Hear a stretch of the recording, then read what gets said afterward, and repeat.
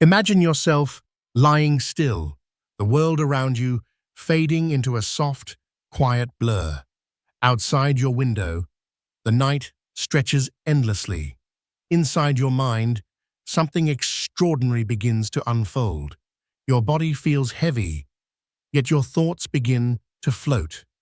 Somewhere deep within you, a rhythm continues, not the ticking of a clock, not the hum of the city, but something older, softer, more constant.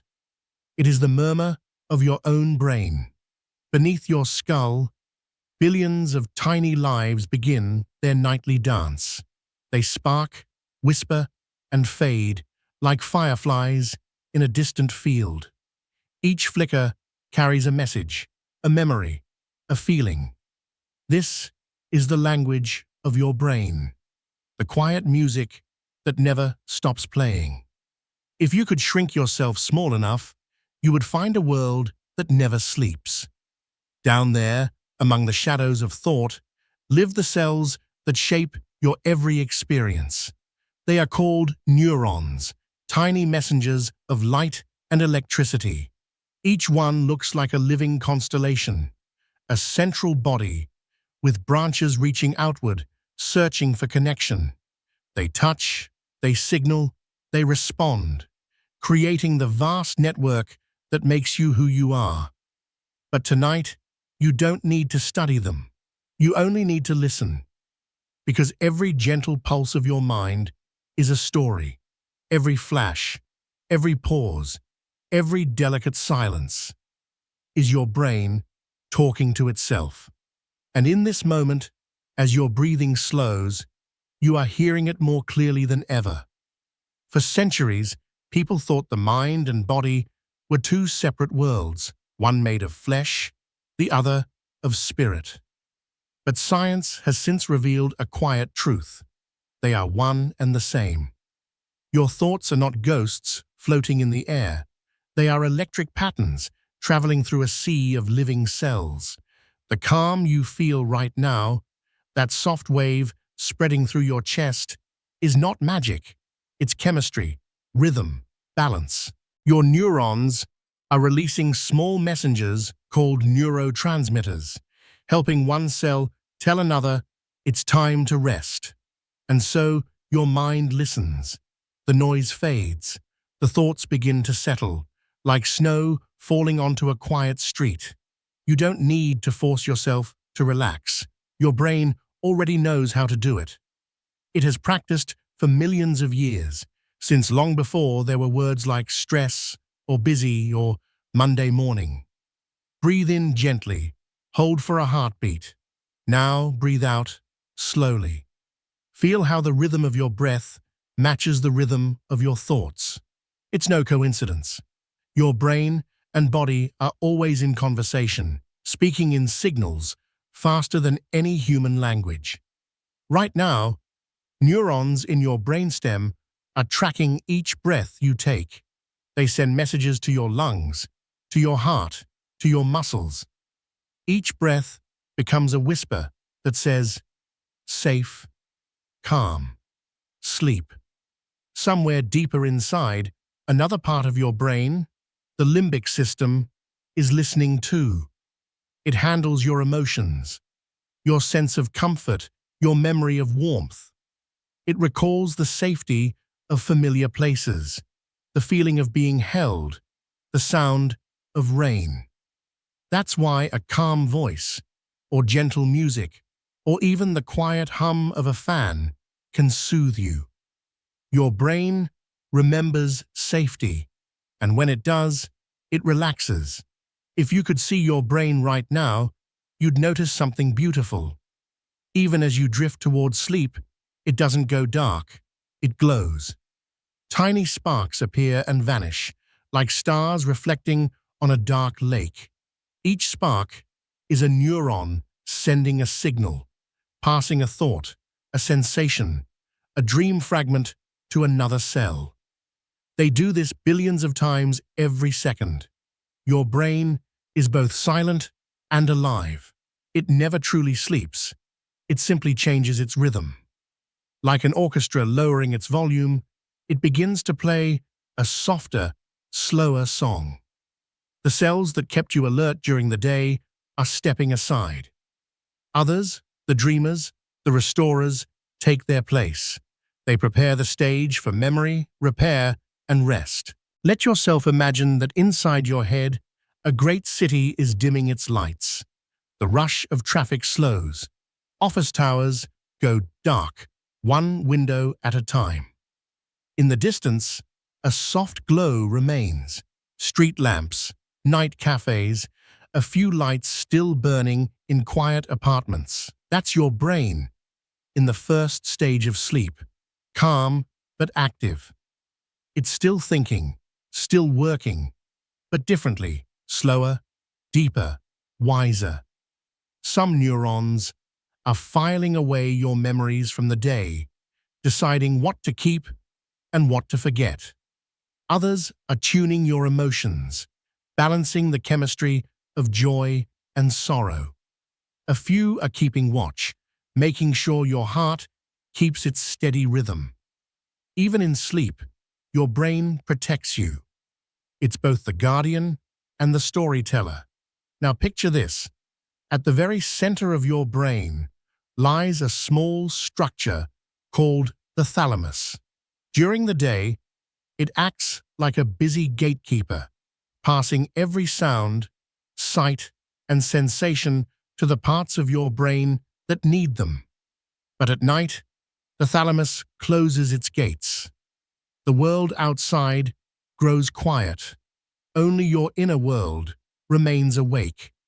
This is when dreams begin to form, not from the noise of life, but from the quiet of memory.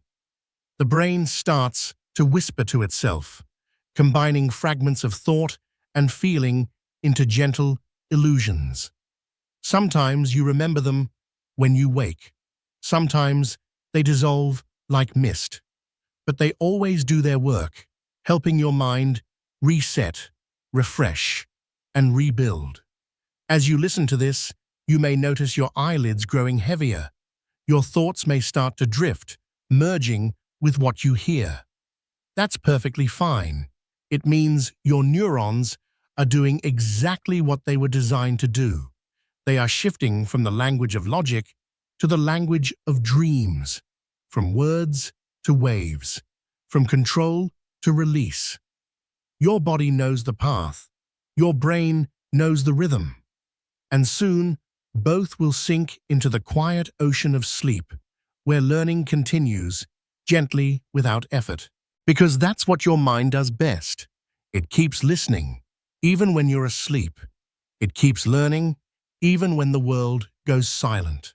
Softly now, take one last deep breath. Let it out slowly, like a sigh.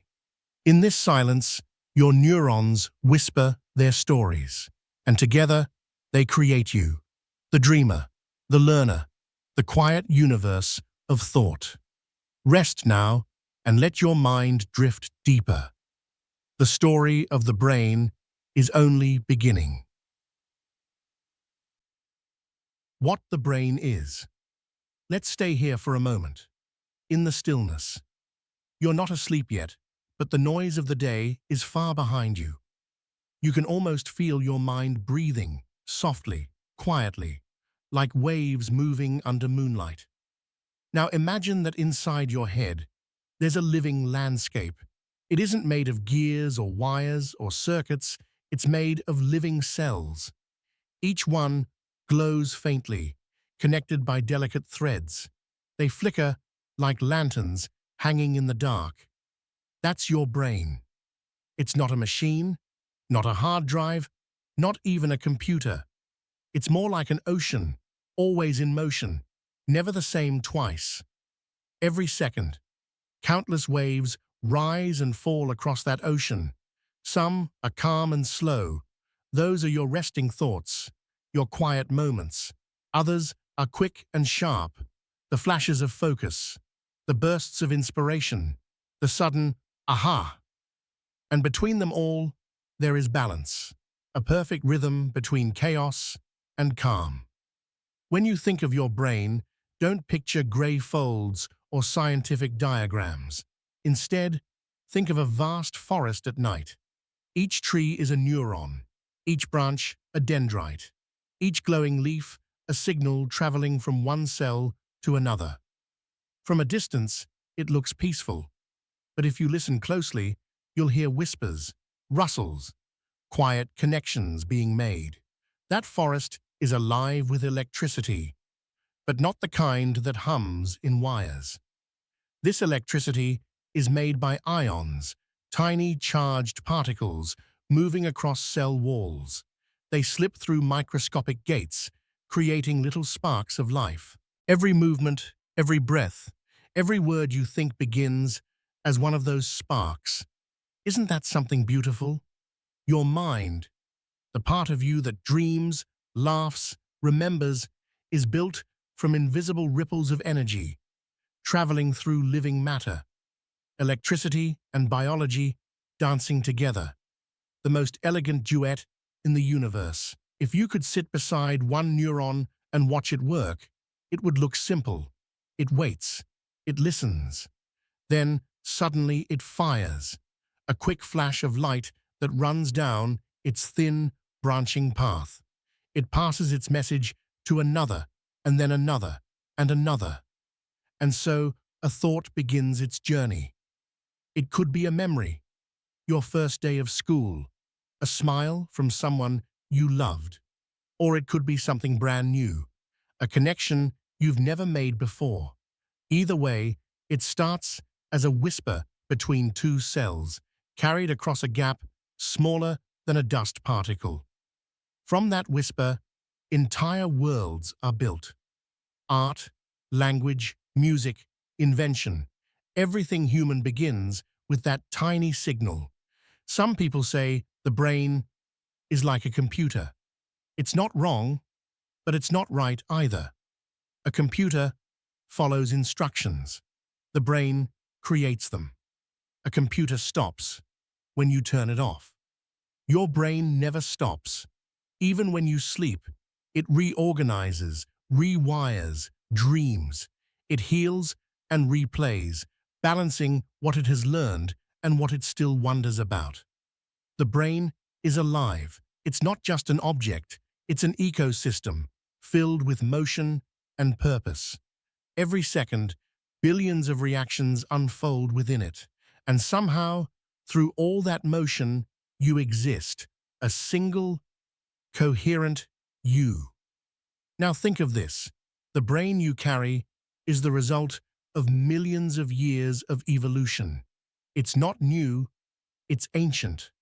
Layer upon layer, it has grown, adapting, learning, remembering. At its core is the oldest part, the reptilian brain. It keeps you alive, controls your heartbeat, your breathing, your hunger. Above it sits the limbic system, your emotional center, your sense of connection, your instincts. And above that, the neocortex, the thinker, the dreamer, the storyteller. Together they form a team. The past, the feeling, and the future all speaking to one another in harmony. You might think of it as a symphony. The low notes, steady, primal, ancient, are your survival. The middle tones, warm, human, emotional, are your relationships. And the high melodies, complex, curious, full of imagination, are your thoughts. When these three layers play together, you feel whole, you feel alive. There's something humbling in that, isn't there? Knowing that your most modern ideas rest on a foundation built hundreds of millions of years ago. The same signals that tell you to love, to create, to explore, once told your ancestors how to find food or shelter. The same waves that carry dreams through your mind tonight are the echoes of those first ancient sparks of life. You are, in a way, both the oldest and the newest thing the universe has made. Now, if you place your hand over your chest, you might feel your heartbeat. That pulse is not just your heart, it's your brain keeping time. A small cluster of neurons deep in your brainstem is counting each beat, making sure your body stays in perfect rhythm. Even when you think you're doing nothing, your brain is busy keeping you balanced, breathing, dreaming. It keeps your temperature steady, your eyes blinking, your muscles loose. It's not effort, it's elegance. It's the quiet competence of nature.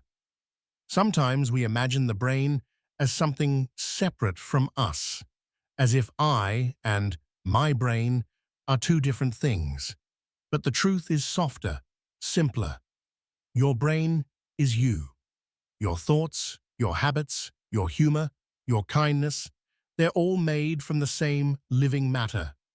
You are not inside your brain. You are your brain, translated into awareness.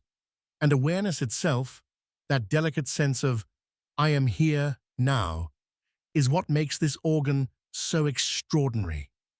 It's not content to just survive. It wants to understand, to see beauty, to find meaning. That's what makes the human brain different. It doesn't just react to the world. It reflects on it.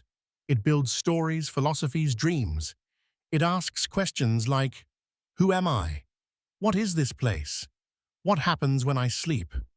And sometimes, like now, it allows itself to simply be. So as you rest, remember this. Inside your head, beneath the calm surface of thought, a world of light is still alive. Neurons shimmer, chemicals flow, and tiny electrical ripples weave the pattern of who you are. You don't need to control it.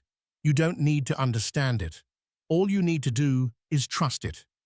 Because your brain, this quiet universe, already knows the way. It has guided you through every day of your life, and it will guide you safely into sleep tonight.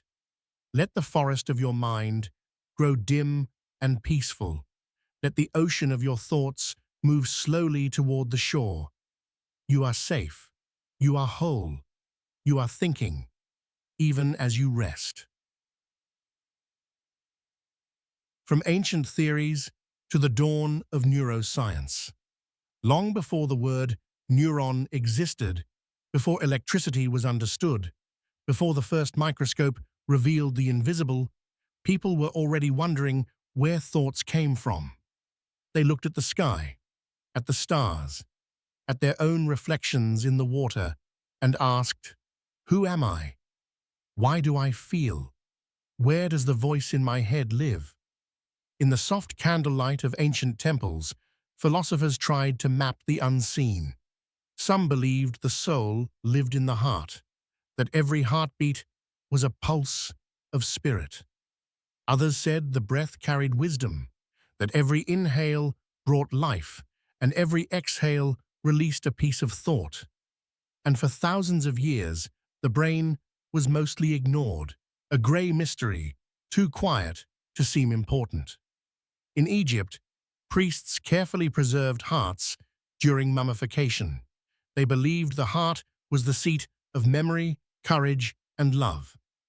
The brain? They simply removed it. It had no value in their cosmology. The heart was the hero.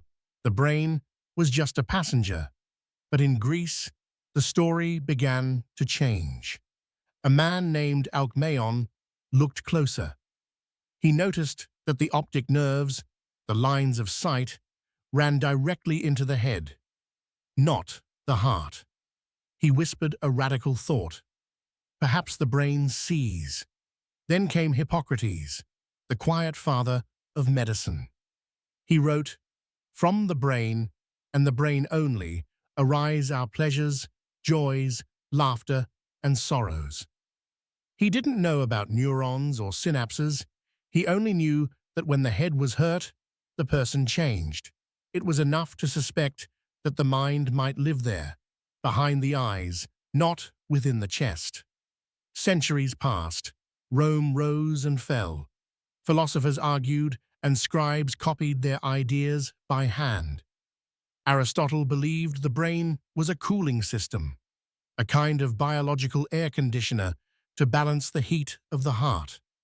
And though he was wrong, His words carried weight for hundreds of years. People needed myths to fill the silence of the unknown. The truth was still sleeping, hidden in the folds of grey matter. Then came the Renaissance, the age of curiosity, of rediscovery, of light.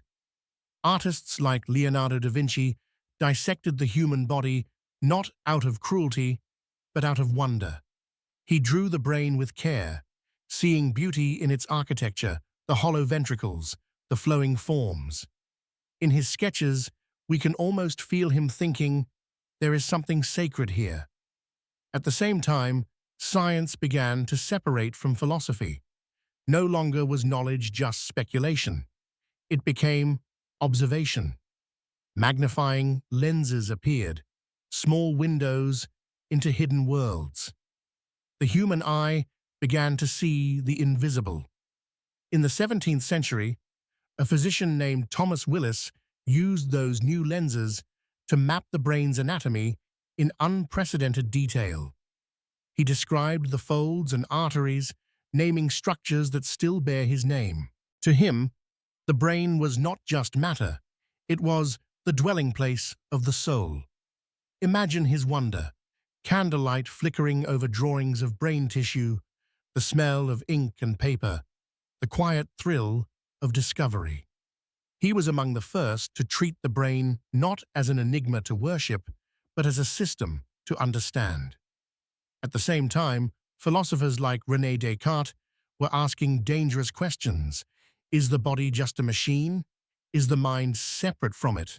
Where does thought meet flesh? Descartes believed there was a meeting point, the pineal gland, a tiny organ deep inside the brain, where he imagined the soul and the body exchanged signals.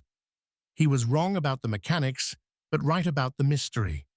That tiny idea, that mind and body are linked by biology, would echo for centuries. In the 18th century, the discovery of electricity changed everything. A spark could move across metal, light a candle, even make a frog's leg twitch. A scientist named Luigi Galvani performed that famous experiment. He touched a dead frog's nerve with a charged metal, and the leg jumped, as if life itself were a spark. People were stunned. Could the body run on electricity? Could thought be a current? In that moment, something profound shifted. The idea of the vital force, a mysterious life energy, began to merge with the idea of natural law. Maybe the soul was not something separate at all. Maybe it was written into the language of physics and chemistry. By the 19th century, the puzzle was coming together. Microscopes had become stronger, clearer. Scientists peered into slices of brain tissue and saw intricate branching patterns. In Spain, Santiago Ramón y Cajal, a patient artist and anatomist, began to draw what he saw. His sketches were not just scientific diagrams, they were portraits of life. Each neuron he drew looked like a delicate tree, roots and branches reaching into infinity. He called the brain a forest of delicate filaments, and through his eyes, the neuron became the hero of a new story.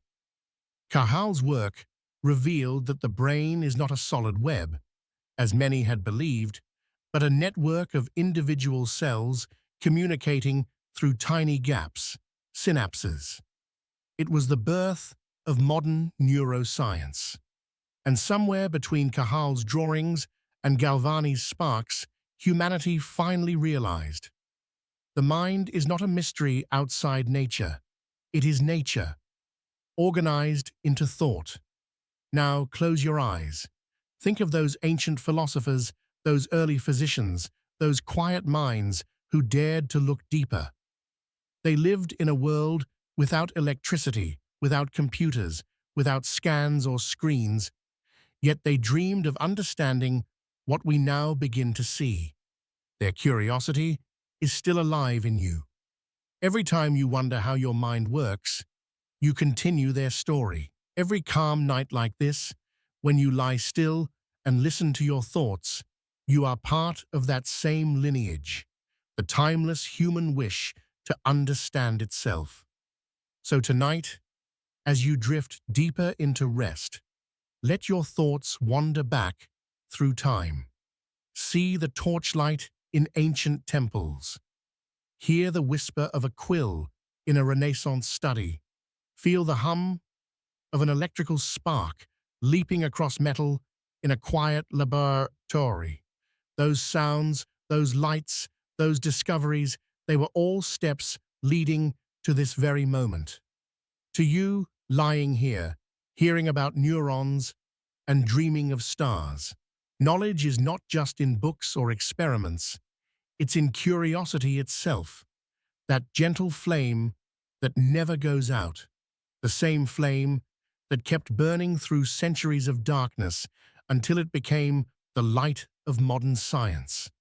And as you breathe now, slowly, evenly, you are keeping that flame alive.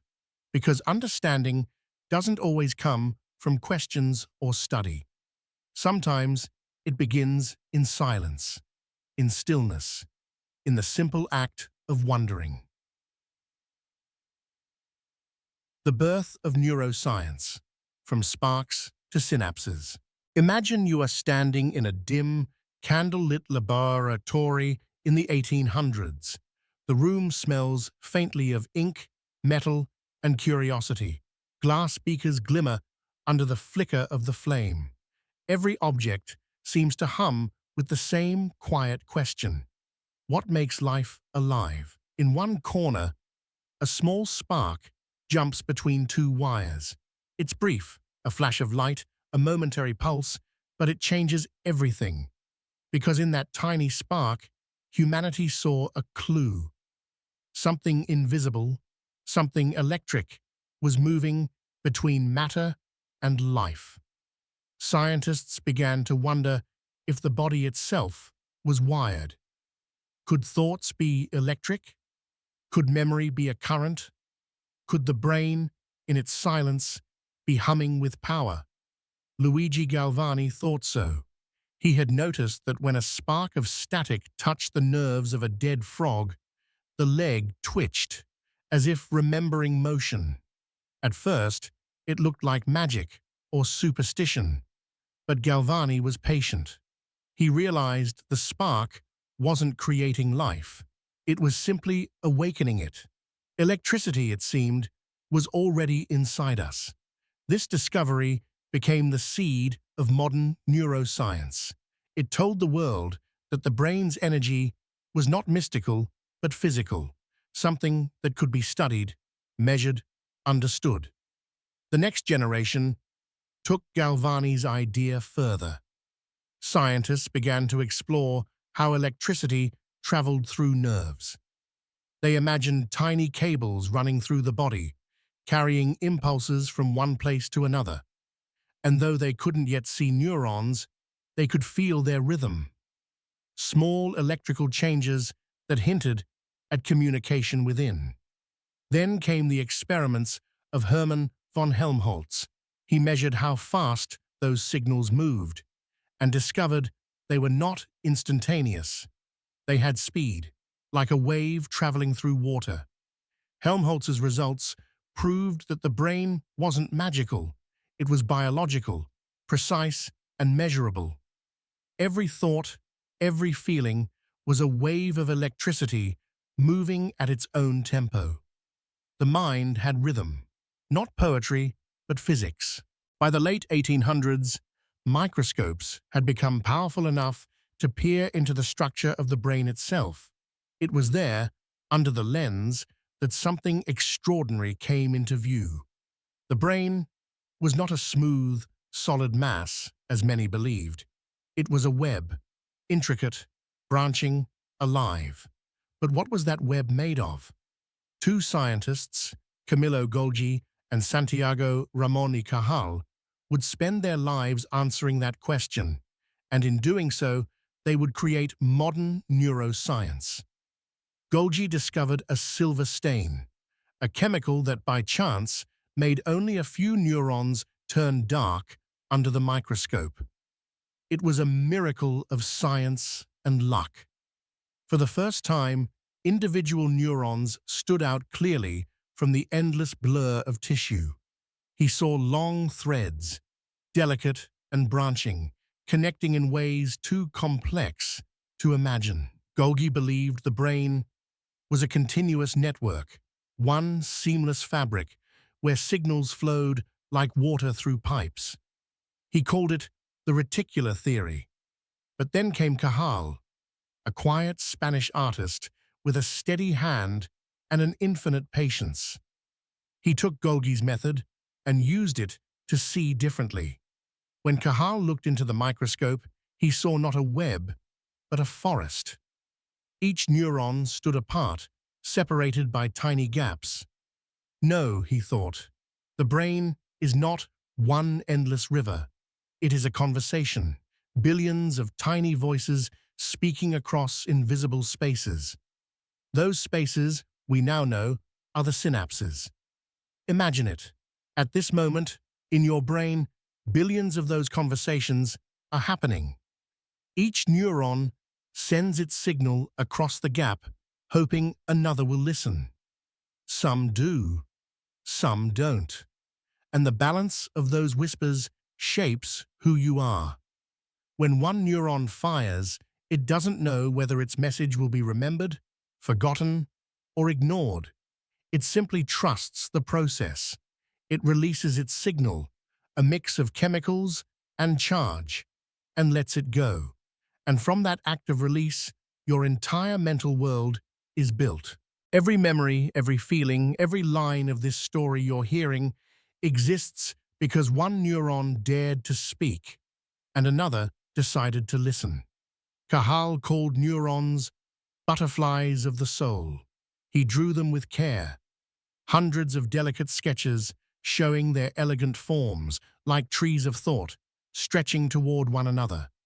He believed that each neuron carried a piece of identity, a fragment of personality. And through connection, those fragments created the mind. It was science, yes, but it was also art. Because to look at the brain is to look at something that exists between worlds, between matter and meaning, between biology and poetry. Cajal's work would earn him a Nobel Prize, shared ironically with Golgi, the man whose theory he had disproved. The universe has a sense of humor that way. From that point on, everything changed. Once we knew that neurons were individual and that synapses were their meeting points, the brain became a map we could finally explore. The early 1900s brought a new kind of scientist, the neurophysiologist, armed with electrodes and oscilloscopes. They began listening to the brain's whispers, recording tiny electrical pulses. For the first time, we could hear neurons talk.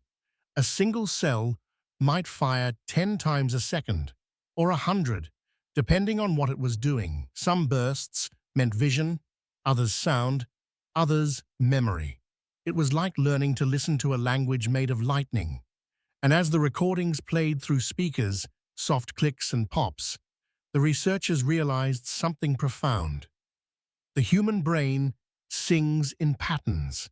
Every movement of your hand, every beat of your heart, every dream, every sigh, all are orchestrated by those same small sparks. We live in a world of voices, but the quietest one, the one inside us, is still the most mysterious. The voice of the brain doesn't use words.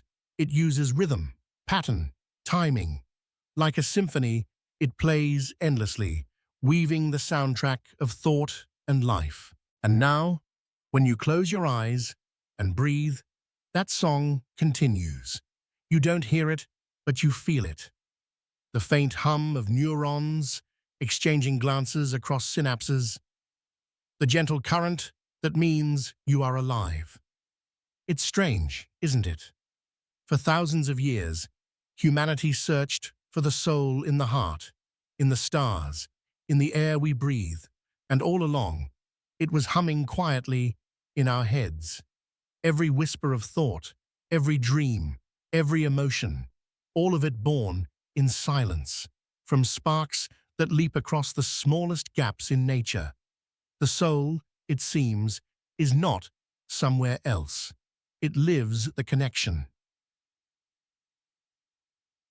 A universe inside you. Close your eyes for a moment.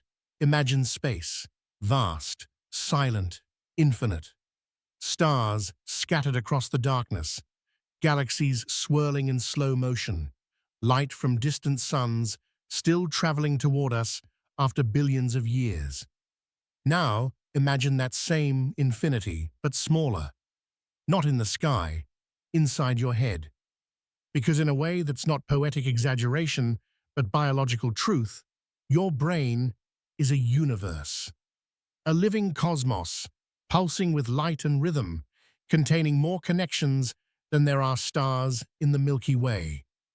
Billions upon billions of neurons, each one like a star, shining briefly, then fading, then shining again. They don't burn hydrogen, they burn information. They exchange not light, but meaning. And from those flickers of activity, your entire reality emerges. Every image, every sound, every taste, every dream, all of it is woven into being by that inner galaxy. If we could zoom into your mind, past bone and blood and tissue, past the microscopic forest of neurons, we'd enter something that looks strangely familiar. Vast networks of threads, branching, twisting, glowing faintly in the dark. You've seen pictures like it before. Star clusters, spiral nebulae, the web of cosmic filaments that connect galaxies. They look almost the same. It's as if the universe repeated its favorite design, one for the stars above and one for the thoughts within. This isn't just poetic coincidence. The architecture of the brain truly does mirror the cosmos. Neural networks organize themselves like galaxies, in clusters and filaments, connected by pathways of communication. Energy travels through these paths as electrical waves, the same way light travels through space. And just like the cosmos, your brain is dynamic. It's not a static machine. It's a living storm of signals, always changing, always reshaping itself. When you learn something new, new pathways are born. When you remember something, old pathways glow again. When you sleep, those connections strengthen, fade, reorganize, a quiet, cosmic maintenance crew working through the night. You are not just in the universe is in you. Think of it this way. Your brain consumes about 20 watts of power, the same as a dim light bulb. And yet, within that modest glow, it holds everything you are. With just that small spark of energy, you can imagine a sunset, feel love, remember the scent of rain, solve equations, and dream of distant galaxies. That's the miracle. Not that the brain uses electricity, but that it creates meaning out of it. Each neuron is a living cell made of the same atoms as the stars, powered by chemistry, shaped by experience. And when enough of them work together, consciousness emerges. A quiet, fragile flame that looks back at the universe and says, "I see you." Now, let's take a slow breath together, in and out. Every time you breathe, the rhythm of oxygen flows to those neurons. They need it to survive, just as stars need gravity to hold them in place. The blood brings fuel, the neurons fire, and your thoughts drift like constellations forming and dissolving across the dark sky of your mind. This is the rhythm of being, the pulse of the cosmos, mirrored within you. And the more you observe it, the calmer it becomes. Like watching ripples on water, your awareness smooths the chaos. Your thoughts settle into orbits. Your mind becomes a quiet solar system of ideas. It's easy to forget that this inner cosmos isn't a metaphor, it's a physical reality. If you could watch your brain through advanced imaging, you'd see bursts of light, neurons firing, signals leaping across synapses. You'd see storms of color moving through the cortex, waves of activity like tides rising and falling. When you remember a face, one region lights up. When you listen to music, another begins to glow. When you imagine something that doesn't exist, your brain creates that reality inside itself, like a universe inventing its own stars. So when people say, "You are made of stardust," it's not just poetry, it's physics. The calcium that lets your neurons fire, the iron that carries oxygen through your blood, the carbon that builds your DNA, all of it was forged in the heart of ancient stars.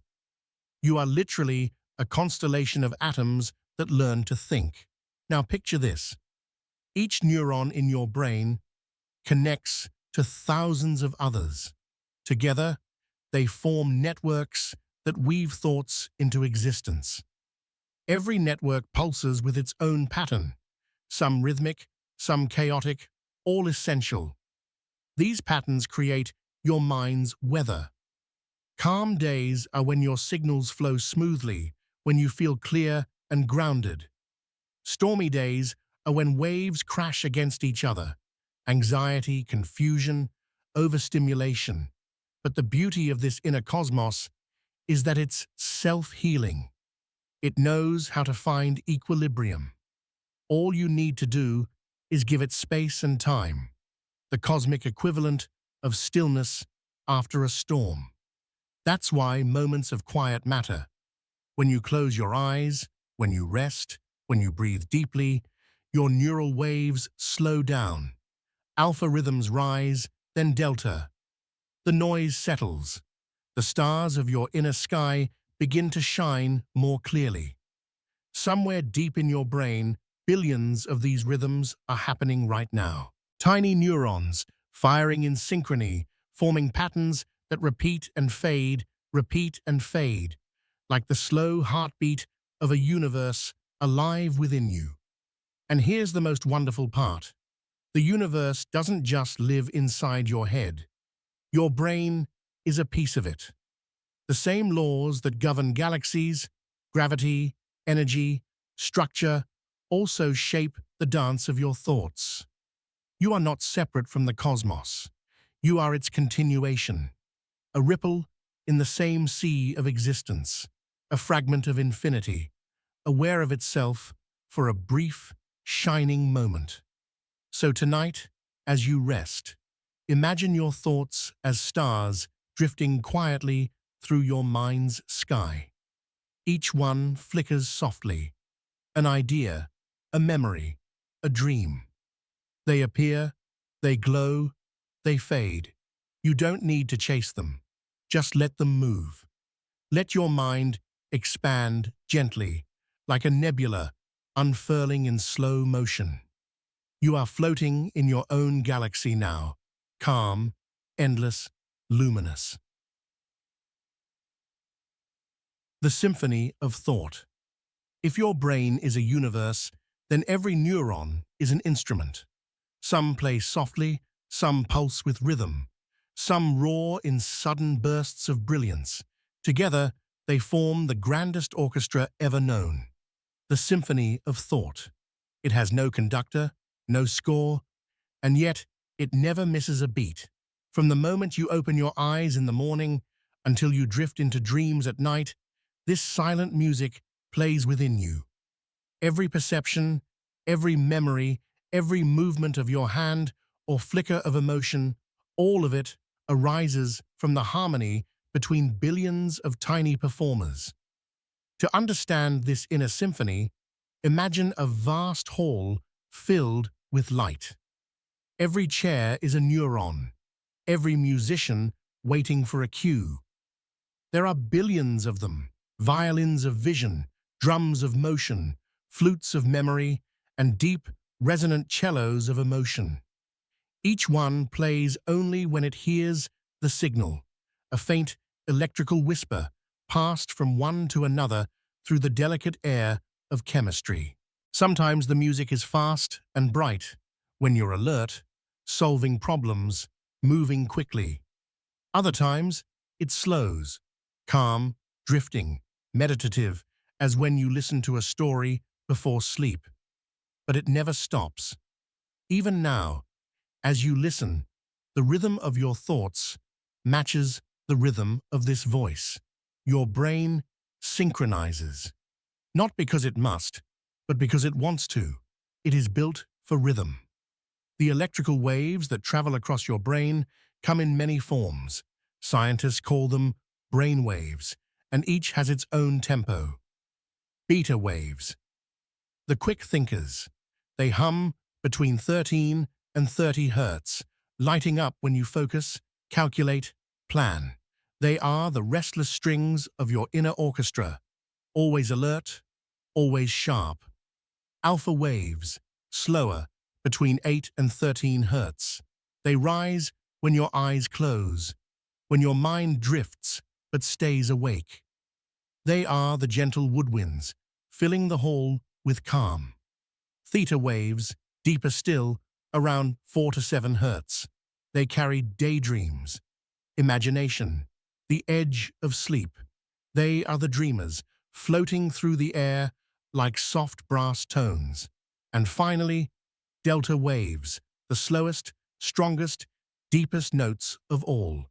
They roll like distant drums at 0.5 to 4 hertz, echoing through your brain when you sleep deeply, when your body restores itself. Together, they create the soundtrack of being human. Every emotion, every memory, every creative thought dances to their rhythm. What makes this symphony remarkable is that it conducts itself. There's no single leader, no master neuron controlling the rest. Instead, harmony emerges from chaos. When enough neurons fire in rhythm, their signals reinforce one another, like waves overlapping in a pond. That rhythm then spreads through neighboring regions, creating networks that vibrate together. And when that happens, a thought is born. It's not one neuron firing, it's thousands, maybe millions, singing in perfect synchrony for a fraction of a second. That moment of harmony is your thought. It might be a memory, a sensation, or a sudden realization. And then, silence again. The wave passes, and the orchestra waits for its next cue. Think of it this way. When you see a familiar face, one network of neurons fires in your visual cortex. When you remember their name, another network in your temporal lobe joins in. When you feel affection, yet another cluster in your limbic system begins to hum. And for a brief moment, all three networks, perception, memory, emotion, play in unison. That harmony becomes your experience of that person. The brain doesn't think in words or sentences. It thinks in patterns of activation, bursts of coordinated activity that give rise to meaning. Every thought you've ever had, every idea, every feeling was a unique pattern that flashed once and then disappeared, and yet, somehow, left its trace in memory, ready to play again when needed. Scientists call this neural synchrony, the alignment of signals across different regions of the brain. It's what allows you to see, hear, and think all at once without collapsing into confusion. It's what lets you hum a tune while remembering the lyrics and feeling the nostalgia of the song. In other words, your brain is a living concert. Every note arises, plays, fades, and the music continues. And just like in a real orchestra, sometimes there's dissonance, stress, fear, fatigue. These can throw the players off rhythm. Some fire too fast, others too slow. The melody becomes noise, but even that chaos has meaning. The brain uses it to adapt, to reshape itself, to learn new harmonies. Over time, it finds balance again. That is what makes it resilient. It can turn dissonance into a new kind of beauty. When you rest, your brain doesn't fall silent. It changes key. The patterns slow down. The waves lengthen. The orchestra lowers its volume but keeps playing. The melody of wakefulness gives way to the lullaby of sleep. Your memories, experiences, and emotions begin to drift through the quieter layers of the mind. The hippocampus, your memory keeper, replays the day's events, sorting what to keep and what to let go. Cortical networks strengthen the lessons worth remembering, erasing the rest. It's like a rehearsal after the performance, the musicians softly reviewing their notes in the dark. By morning, the music is clearer, simpler, more elegant. You awake not just rested, but rewired. All of this unimaginable precision, happens automatically. You never tell your brain, play the alpha rhythm now. You never command your neurons to coordinate. They simply do. Each cell listens to the others, adjusts its timing, and together they form meaning, without any conscious effort. And perhaps that's the most humbling thing about being human, that the very thoughts we believe we control are born from patterns that control themselves. We are both the audience and the orchestra, the listener and the song, the wave and the silence that follows. So as you lie here, breathing softly, imagine that orchestra playing within you, endless, fluid, and kind. Every inhale draws a new rhythm. Every exhale releases another. The music doesn't need your attention. It only needs your trust. You are the melody your neurons make. And tonight, their song is peace. Patterns of consciousness. Somewhere inside you, in that vast glowing universe of cells and sparks, something extraordinary happens. It isn't loud. It doesn't flash like lightning. It happens quietly, in rhythm, in order, in balance. Billions of neurons fire, pause, fire again, and somehow, from that flickering storm, a single, unified you appears. That is consciousness. Not the sound of your thoughts, but the space in which they echo. Not the light, but the awareness of it. It's strange to think that this soft, mysterious thing, the feeling of being here, is born from physical matter. Yet every heartbeat, every sigh, every small memory that drifts across your mind tonight, all exist because matter decided to notice itself. If we could watch consciousness unfold, we wouldn't see one single place light up. There is no center of awareness. Instead, we'd see waves, moving through many regions of the brain, linking vision, memory, emotion, and intention into a single, fluid whole. Like 1,000 instruments improvising together, your neurons create a pattern that lasts only a moment, then fades. That moment is your awareness. It arises, plays its note, and dissolves, only to be replaced by another. You are not one continuous thought. You are a river of them, a seamless stream of countless tiny awakenings flowing one into the next. Scientists once searched for the seat of the soul, a single place where consciousness might live. But the brain, it seems, has no throne. It's more like a democracy. No ruler, no fixed capital, only cooperation. One network handles what you see. Another tracks what you feel. Another stores the meaning of words. And together, they form an ever-changing alliance. A temporary harmony that says, this is me, this is now. When that harmony shifts, so does your experience. When you daydream, different networks take over. When you focus, others fall quiet. When you sleep, the players change again. And yet, through it all, the music continues. That is the true beauty of consciousness. It never truly stops. It simply changes its tone. Now imagine your thoughts as constellations in the night sky. Each one flickers for a moment, then fades, leaving room for another. You can never hold the whole sky at once. You only see what shines right now. And yet all those stars together form the pattern we call you. Your identity isn't a solid structure. It's a story your brain tells itself, moment by moment.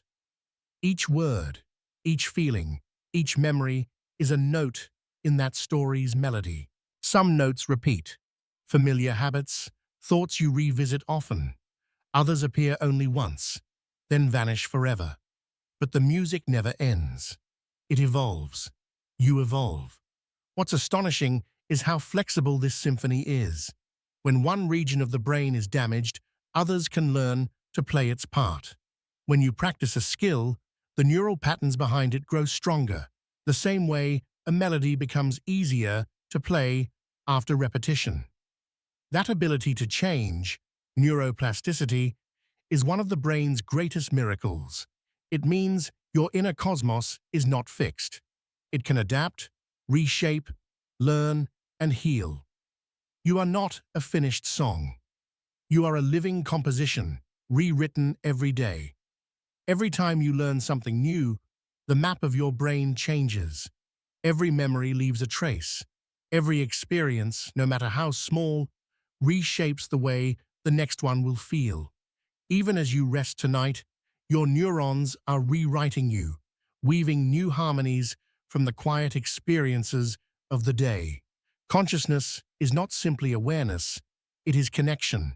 It happens when patterns align, when signals from different parts of the brain meet and agree. This is happening. This matters.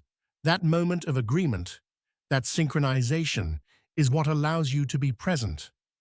For example, right now, as you listen, your auditory cortex processes these words. Your limbic system senses emotion in the tone. Your frontal cortex turns meaning into reflection. And deeper structures like the thalamus coordinate them all, deciding what deserves your focus and what can fade away.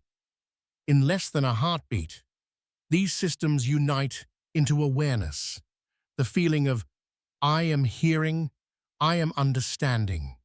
That is consciousness, the fusion of many small truths into one great moment of being. There are still mysteries, of course. No one fully understands how matter becomes mind, how a cell's firing can produce love, memory, or imagination. But perhaps the answer isn't in one mechanism, but in the dance itself. Maybe consciousness is what happens when complexity becomes beauty, when chaos learns to breathe, when the universe, after billions of years of silence, begins to hum softly to itself and listens. You are that hum. You are the cosmos noticing its own reflection. You are stardust thinking about stardust. So as you rest now, let your awareness grow lighter. Don't chase thoughts. Let them drift by, like clouds across the sky of your mind. Each thought has its time. Each silence has its meaning. Your consciousness doesn't vanish when you sleep. It simply changes its rhythm. It explores the deeper rooms of your inner world, sorting, reshaping, dreaming. Even in dreams, patterns continue, neurons firing in waves that tell quiet stories only you can hear. Some are echoes of the day, others are fragments of imagination, blending memory and desire into gentle illusions. And through them all, the orchestra of your mind keeps playing. If there is one truth this universe within you whispers, it is this: you are not separate from the world, you are its continuation. Your consciousness is a reflection of the same order that governs the galaxies, the same mathematics that shape stars, shape your thoughts. The same harmony that holds planets in orbit holds your awareness together. You are the mind of the cosmos, learning to dream. So breathe deeply. Let the music of your neurons fade into calm. You are safe, infinite, and awake, even as you drift towards sleep. The little hero, meeting a neuron. Let's travel inward, past the folds of the cortex, past the rivers of blood, past the shimmering pathways of thought, deeper, deeper still, until you reach a single, glowing point. There it is, tiny, alive, quietly pulsing in the dark. Meet a neuron, one of the smallest, most extraordinary beings in existence. It doesn't look like much at first glance. A small, branching body, thin threads reaching in every direction. But within that fragile shape lies the power to create everything you have ever felt or known. This is the storyteller of your mind, the keeper of memory, the messenger of movement, the spark of every word and dream. If your brain were a universe, then each neuron would be a star, but a star that listens, responds, learns, and changes. A neuron is not just a passive cell. It's alive with intent. Its shape is sculpted for communication. At the center is the soma, or cell body, the heart of the neuron, where the nucleus holds the code of life. From it extend dendrites, delicate branches that reach out like hands, waiting to receive messages from others. And stretching away from the soma is a long, slender thread, the axon. Sometimes it's only a few micrometers long. Sometimes, like in your spinal cord, it can stretch more than 3 feet, about 1 meter. Along this axon, tiny pulses of electricity travel, the neuron's language, its whisper to the world. At the far end of the axon, those signals reach small terminals, little bulbs that release chemical messengers into the narrow space between neurons, called a synapse. That's how one neuron speaks to another, a brief electrical spark, followed by a delicate chemical handshake. The dendrites listen, the axon speaks, the soma decides. Together, they form a single, living sentence in the language of thought. Now, imagine that this neuron you're meeting has been alive for decades. It has seen everything you've seen. It has stored your laughter, your fears, your habits, and your joys. Every time you learned something new, it changed, slightly rewiring itself, growing new branches, trimming old ones, strengthening some connections while letting others fade. It's like a gardener, tending an invisible garden of memory. Your neurons are always at work, pruning, growing, reconnecting, shaping who you are in real time. When you recall a childhood song, a specific pattern of neurons fires together. When you practice a skill, those same cells strengthen their links, becoming faster and more efficient. Every act of learning is physical. Every memory has a home in a network of living tissue. But neurons are fragile. They rely on a careful balance of chemistry and energy. Each one needs oxygen, glucose, and ions, sodium, potassium, calcium, all moving in perfect proportion. These tiny elements rush across the neuron's membrane through special gates, creating electrical pulses called action potentials. It sounds complicated, but think of it like this. Each neuron holds a small charge, a tension between inside and outside. When it decides to send a message, that tension releases, a wave of electricity traveling down its axon like a spark running through a fuse. That spark doesn't burn or destroy. It's clean, elegant, efficient, just enough to carry a signal, like a whisper of light. And in that instant, meaning moves. Multiply that by 100 billion neurons, each firing dozens of times per second, and you get the living thunderstorm that is your mind. But even though each neuron fires on its own, none of them act alone. They depend entirely on their neighbors. A neuron without connection is like a single note with no song. In the human brain, each neuron forms up to 10,000 connections. That means your brain contains an almost unimaginable number of links, more than the stars in our galaxy. And yet, every single one of them matters. Each connection is a memory, a relationship, a possibility. Each carries the potential to change the way you think, feel, or act. So when you experience kindness, when you practice gratitude, when you learn something beautiful, your neurons are literally reshaping themselves, bending toward that experience, growing toward that light. Neurons are not isolated. They live in communities. They form circuits, networks, teams. Each group specializes in something different: vision, sound, movement, language, emotion. They pass messages along like runners in a relay, each adding their own contribution before handing it to the next. From this flow emerges everything that makes you human: perception, memory, creativity, love. And still, they work silently.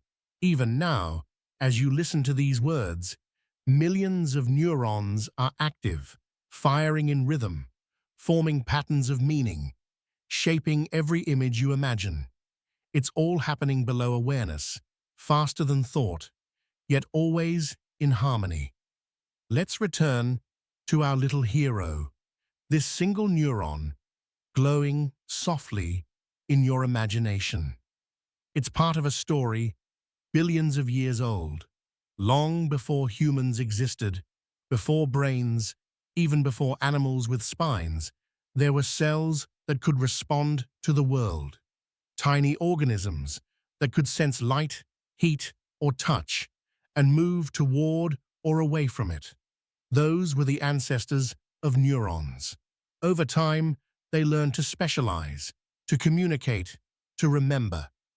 Each small step led to a greater capacity for awareness. And eventually, from that long chain of evolution, consciousness arose, not all at once, but gradually, spark by spark. The neuron you're meeting tonight carries that legacy. It is the descendant of the first flicker of sensation on Earth. And inside it lives the memory of everything that life has ever learned. When you think of your brain now, don't see it as machinery. See it as a forest of glowing beings, each one alive, each one listening and speaking in its own rhythm. A neuron is not just a part of you, it is you in miniature. You are the sum of its stories, the echo of its signals, the dream it keeps telling itself across time. So take a breath. And as you exhale, imagine that tiny hero, your neuron, firing gently, sending waves of calm through its network, telling your mind, all is well, you are safe, you can rest now. And so your neurons listen, and together they begin to dream. The life and work of a neuron. If you could live inside the life of one neuron, just for a day, you would see that it never truly sleeps, even when you do.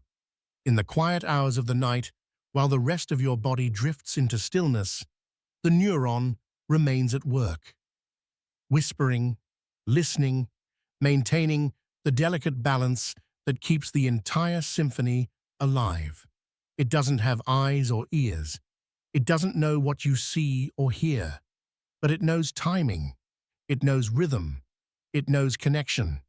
Its life is a cycle of listening and speaking, of electricity and silence, tension and release. Every neuron spends most of its time listening. Its dendrites, those branching arms, reach out into the dark like roots searching for water. They receive tiny chemical signals from their neighbors, bursts of information, fragments of emotion, flashes of sensation. When enough of those messages arrive at once, they create a small electrical change in the soma, the neuron's center. If the change is strong enough, it crosses a threshold, a quiet decision point. And in that instant, the neuron fires. This is called the action potential, the fundamental spark of communication in the nervous system. It happens fast, incredibly fast. The signal races down the axon at up to 100 meters per second, about 220 miles per hour. That means, in less than the blink of an eye, your neuron has passed its message along to another. That's how you react when you touch something hot. That's how you catch a falling object, recognize a face, or understand a word. Your neurons are exchanging electrical pulses at lightning speed, every millisecond, millions of them coordinating perfectly. But electricity alone isn't enough. When the signal reaches the end of the axon terminal, it can't simply jump to the next neuron. There's a tiny gap in the way, a microscopic space called the synapse. Here, the neuron changes its language. Electricity becomes chemistry. Tiny packets called vesicles release molecules, neurotransmitters, into the synaptic cleft. These molecules drift across the gap and bind to receptors on the next neuron's dendrites. Then, like a key fitting into a lock, they trigger a new electrical signal, and the message continues.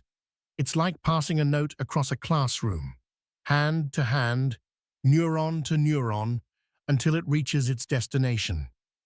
This constant conversation is what makes perception possible. It's what lets you hear a melody, feel a heartbeat, or recall the smell of rain on the pavement. Each neuron plays its part in that grand relay, never holding on to the message for long, just long enough to send it on. Neurons use many different messengers, each with its own character. Glutamate is the great exciter. It fuels attention, learning, and motion. GABA is the calmer. It slows things down, prevents chaos, maintains balance. Dopamine rewards. Serotonin soothes. Acetylcholine awakens. These chemicals are the colors on the neuron's palette, and from their mix, every shade of emotion and awareness arises. So when you feel joy, concentration, peace, or even sorrow, those feelings are not abstract. They are chemical chords, played in perfect timing across millions of synapses. Your emotions are music written in molecules, but even a neuron must rest, not by sleeping, but by resetting. After every pulse, it briefly stops firing. It recharges its electrical balance, pumps ions back across its membrane, and prepares for the next message. That pause, tiny as it is crucial. Without it, chaos would take over. Think of it as breathing. Inhale, receive. Exhale, send. Pause, rest. Even the brain's busiest cells follow that rhythm, repeating it thousands of times per second with perfect precision. Now imagine this process happening not in one neuron, but in billions, all together, all interacting.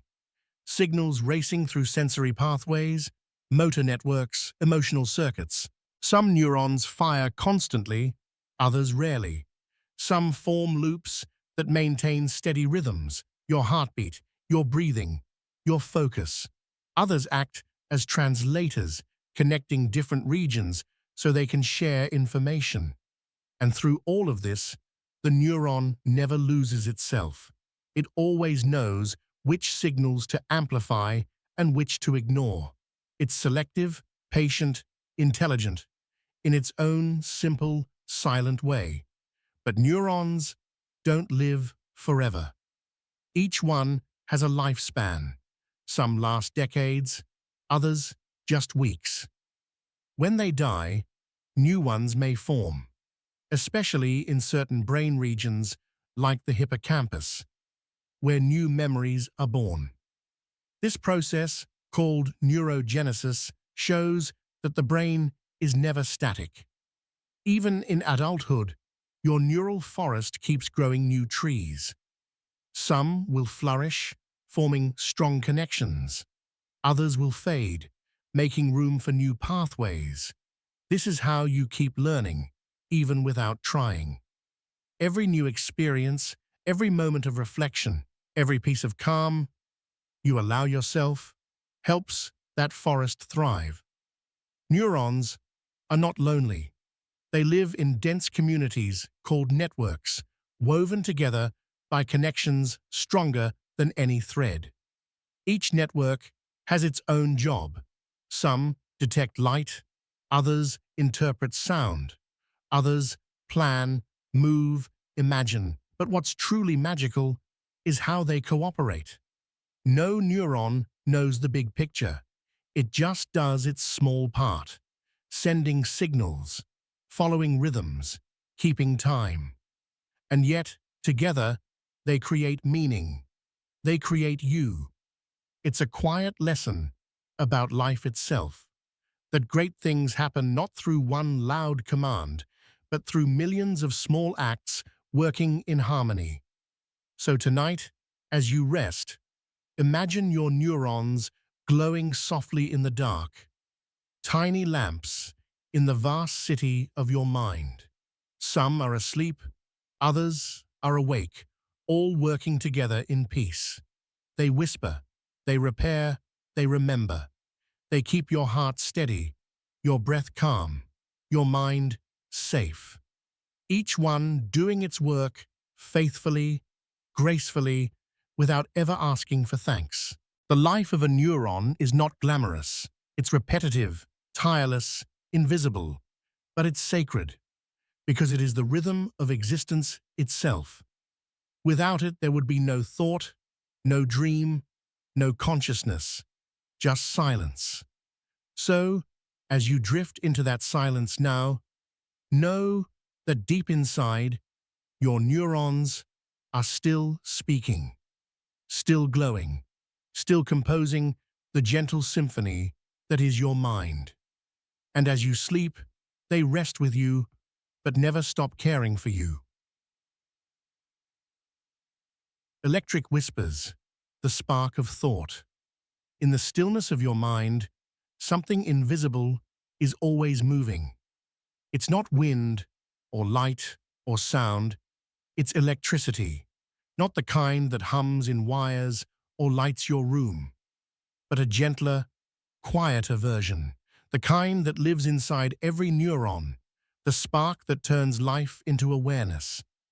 If you could see it, you'd watch tiny flashes ripple through your brain like lightning across a night sky, quick, bright, and purposeful.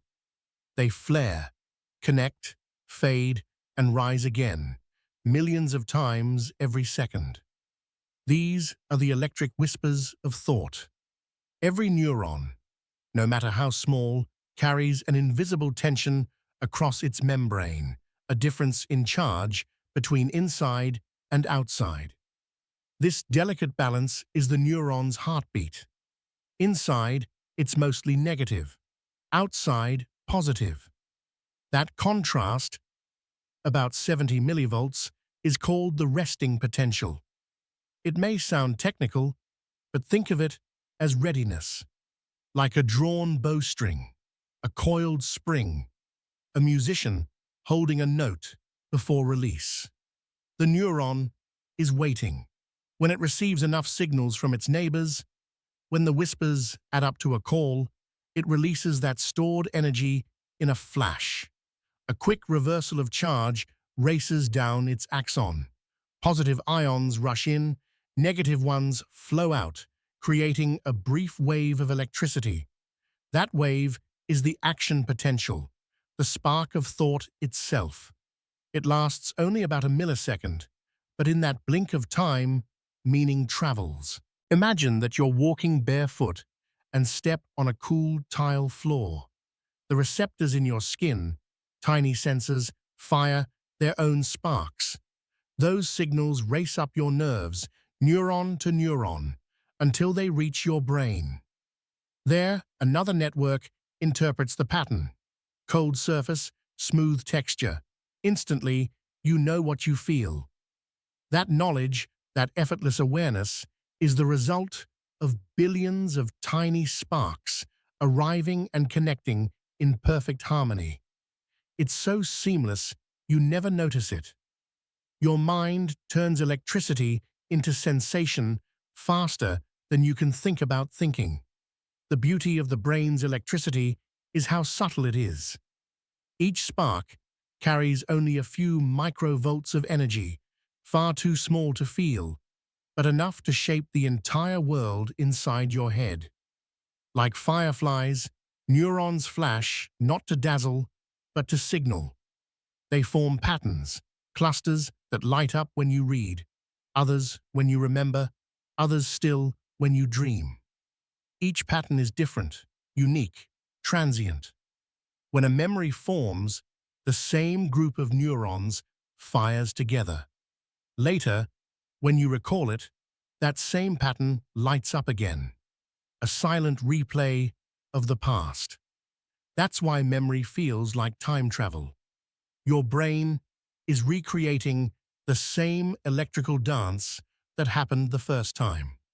You might think all this energy would be chaotic, but it isn't. It's rhythm. It's order.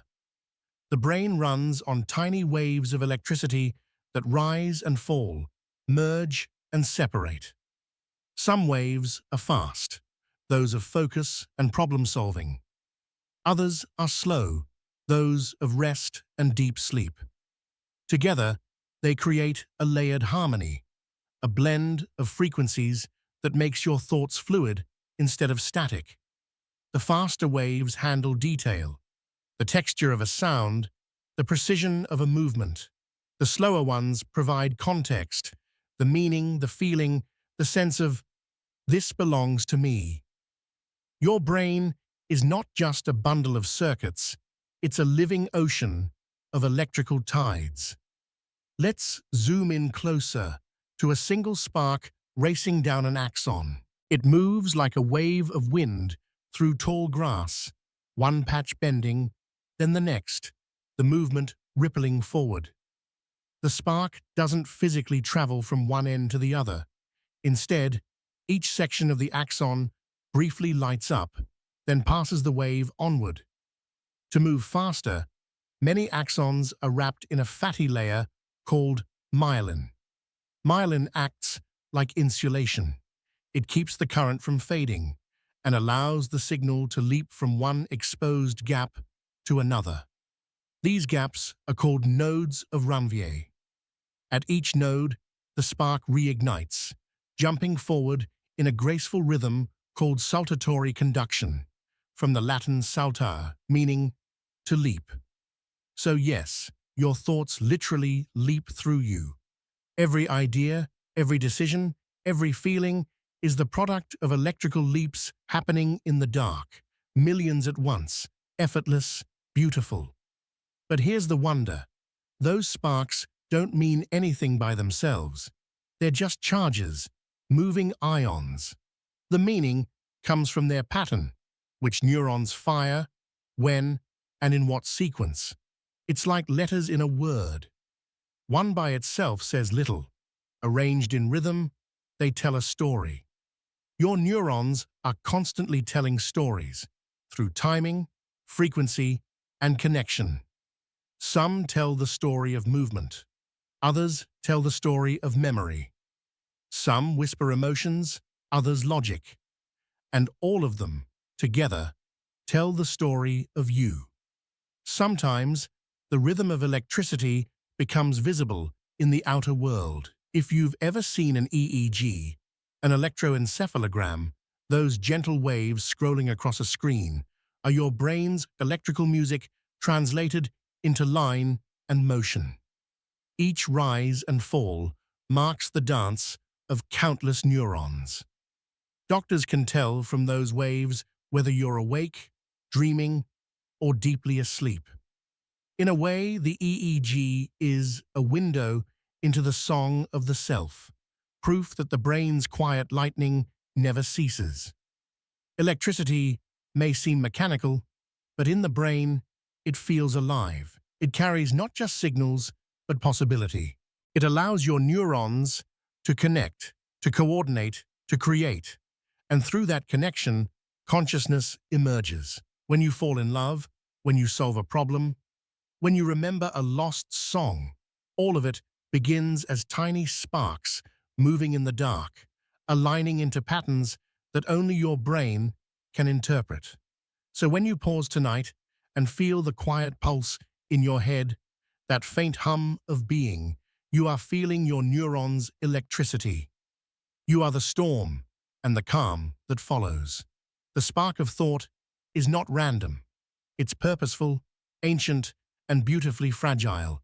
It's what connects the past to the present, the world to your awareness, and the silence around you to the voice inside. So as you breathe now, imagine that gentle lightning continuing its journey across your neurons, through your brain, weaving its golden web of meaning. You are not separate from it. You are the current itself, a living spark in an endless chain of light. The rhythm of the brain. If electricity is the language of the brain, then rhythm is its poetry. Your neurons don't just fire, they sing. They pulse, pause, and harmonize, creating the music of your mind. Every second of your life, millions of electrical signals rise and fall in patterns so precise they could rival any symphony. This is not random activity. It's coordination, balance, and timing. It's the rhythm that allows you to think clearly, feel deeply, dream vividly, and rest peacefully. Without rhythm, there is only noise. With rhythm, there is mind. Close your eyes for a moment and listen, not to the world outside, but to the one within. If you could hear your brain, it would sound like waves on a shore, fast ripples for thought, slow swells for rest, all blending, overlapping, guiding the flow of awareness. Scientists call these patterns brain waves, and they come in distinct frequencies, each with its own purpose and mood. Together, they form the ocean of consciousness. Let's drift through them, gently, one by one. Beta waves are the bright midday tide, quick, focused, alert. They hum between 13 and 30 hertz, the rhythm of attention and logic.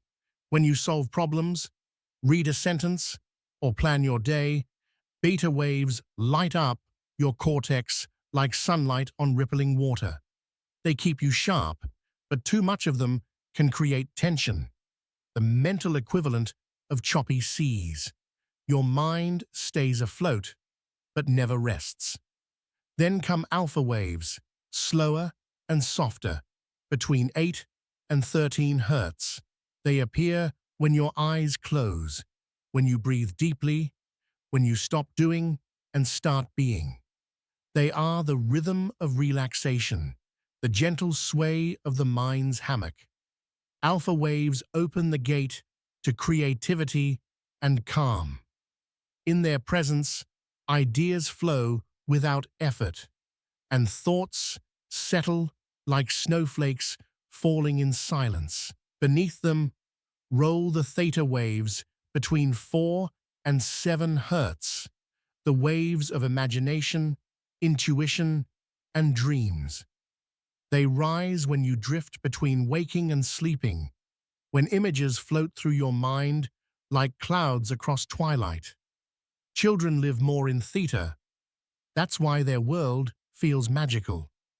For adults, these waves reappear in meditation, and light sleep, when the conscious mind loosens its grip and the subconscious begins to whisper. And then, deep below, the delta waves move, slow, powerful, ancient. Less than 4 hertz, they are the rhythm of deep sleep, of repair, of stillness. When delta waves take over, the body heals, the mind restores, the heart finds its quiet center. These are the waves of surrender, of complete rest, beyond thought or dream. What's fascinating is that your brain can shift between these rhythms fluidly. Like a skilled musician, it modulates its tempo depending on what you need. When you wake, beta waves rise to help you focus. When you relax, alpha waves bloom like dusk over the horizon.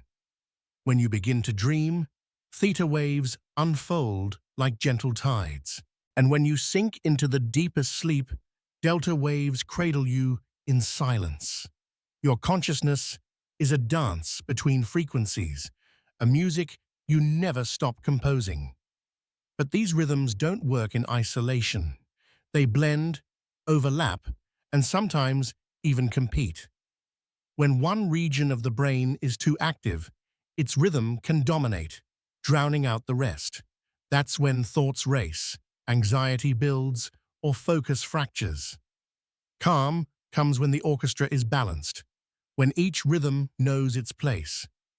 That's why breathing, meditation, and even gentle music can influence brain waves.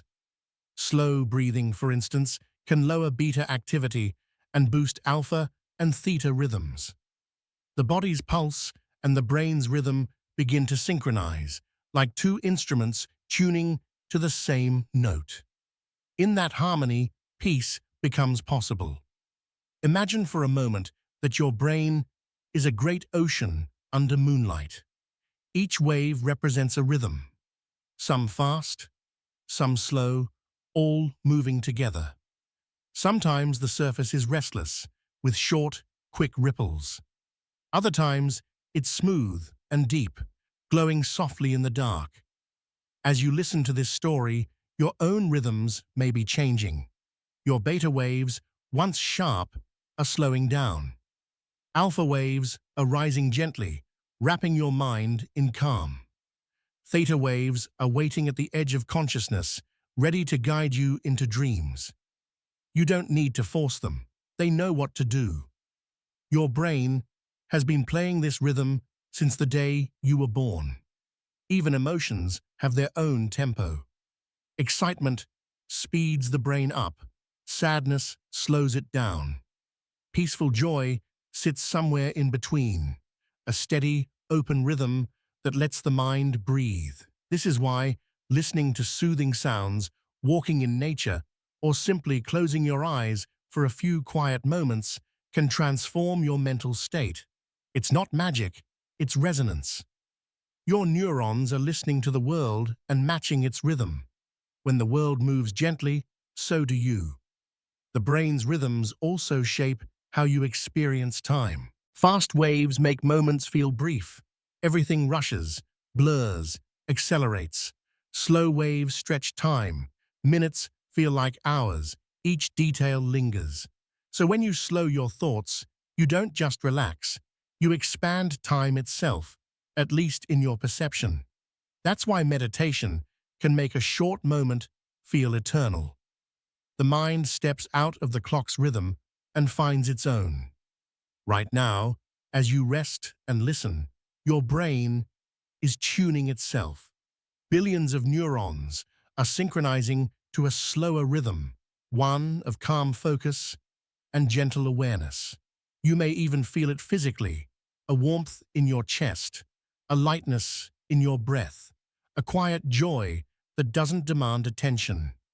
That's your rhythm aligning, the song of peace rising within you.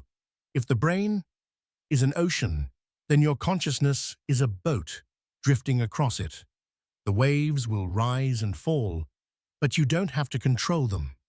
You only need to float, to trust that each rhythm knows its destination.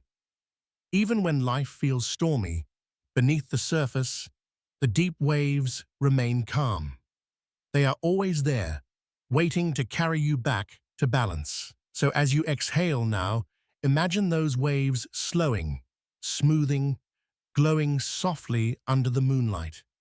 The rhythm of your brain, the rhythm of your breath, the rhythm of the universe, all one.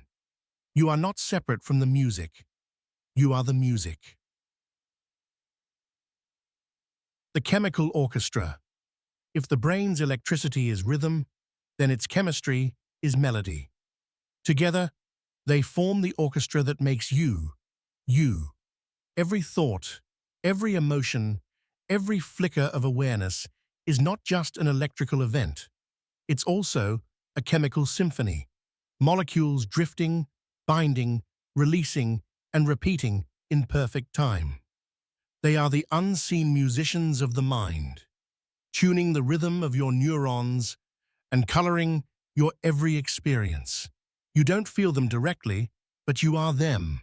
Every calm breath, every moment of joy, every spark of curiosity is a note they play. Inside each synapse, that tiny space between neurons, the music of chemistry begins. When one neuron fires, it releases small packages filled with molecules called neurotransmitters.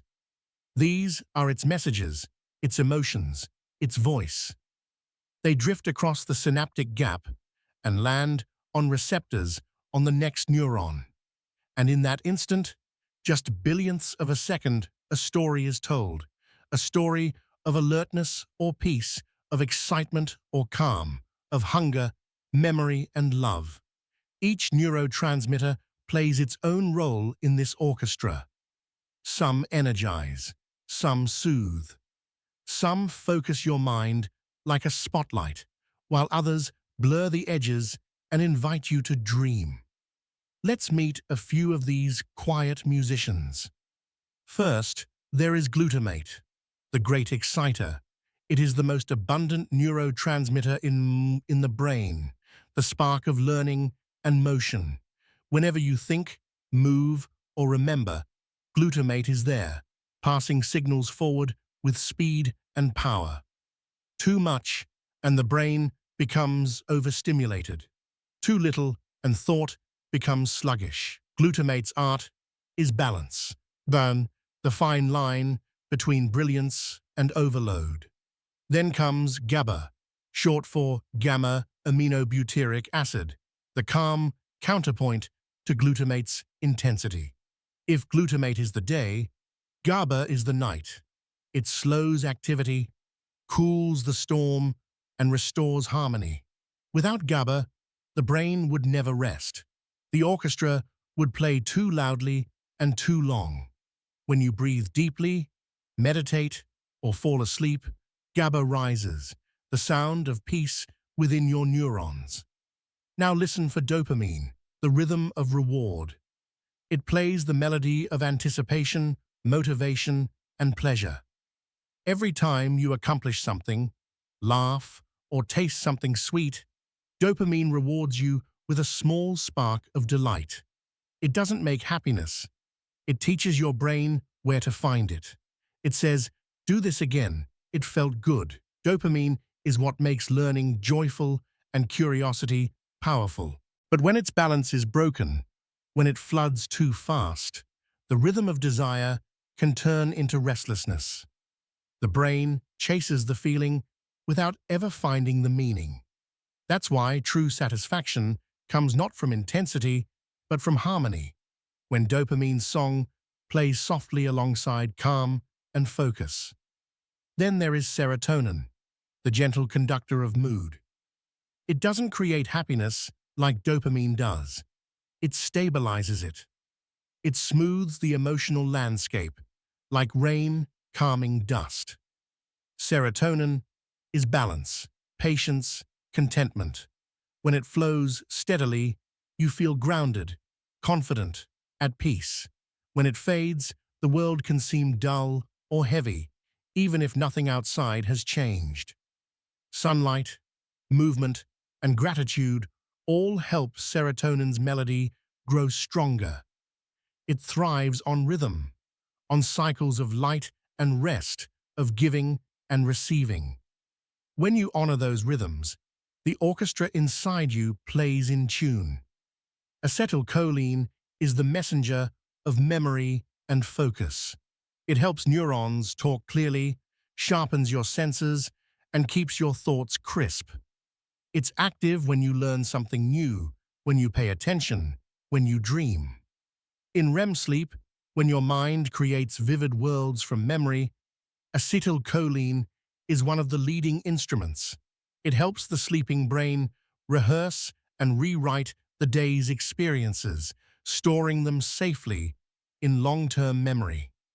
And finally, there's endorphin, the quiet song of relief. When you're hurt or tired, endorphins soothe the system, reducing pain and restoring calm. They are the body's lullaby, reminding you that even in struggle, comfort is possible. All these molecules work together like instruments in an orchestra. No single one defines who you are. It's the harmony between them that creates personality, energy, and mood. Some days, the rhythm speeds up, dopamine and glutamate take the lead, and you feel focused, alive, inspired. Other days, GABA and serotonin slow the tempo, wrapping you in calm. Both states are natural. The music of your mind is not meant to play one song forever. It changes with your needs, your thoughts, your sleep, and your dreams. Even your diet, your breathing, your sunlight, and your laughter can tune this orchestra. A walk in nature raises serotonin. A deep breath releases GABA. A moment of gratitude balances dopamine and calm. Every gentle act of awareness is a small adjustment to the music of the brain. But here's the most beautiful truth. The orchestra doesn't need a conductor. It leads itself. Every neuron listens to the others and responds in kind. When one fires too fast, another slows it. When one goes quiet, another fills the silence. Together, they create a self-balancing melody, fluid, alive, intelligent. This is what keeps you stable in chaos, focused under stress, and peaceful when you rest. Even now, as you listen, your brain is composing, balancing chemistry and electricity in perfect harmony. You don't have to guide it. You just have to trust it. Sometimes, when life feels heavy or scattered, it's because the orchestra has lost its rhythm. Too much of one molecule, not enough of another. But even then, the brain tries to heal itself. It adjusts receptors, grows new connections, shifts patterns. It keeps trying to return to harmony. You can help it, not by forcing it, but by slowing down, by resting, by breathing, by listening to its music. Because every moment of calm is medicine for your neurons. Every deep breath is a note of repair. Every quiet smile is a chord of balance. So tonight, as you rest, imagine your neurons as musicians sitting in a vast concert hall. They've been playing all day, fast, bright, complex, and now, as darkness falls, they tune their instruments for peace.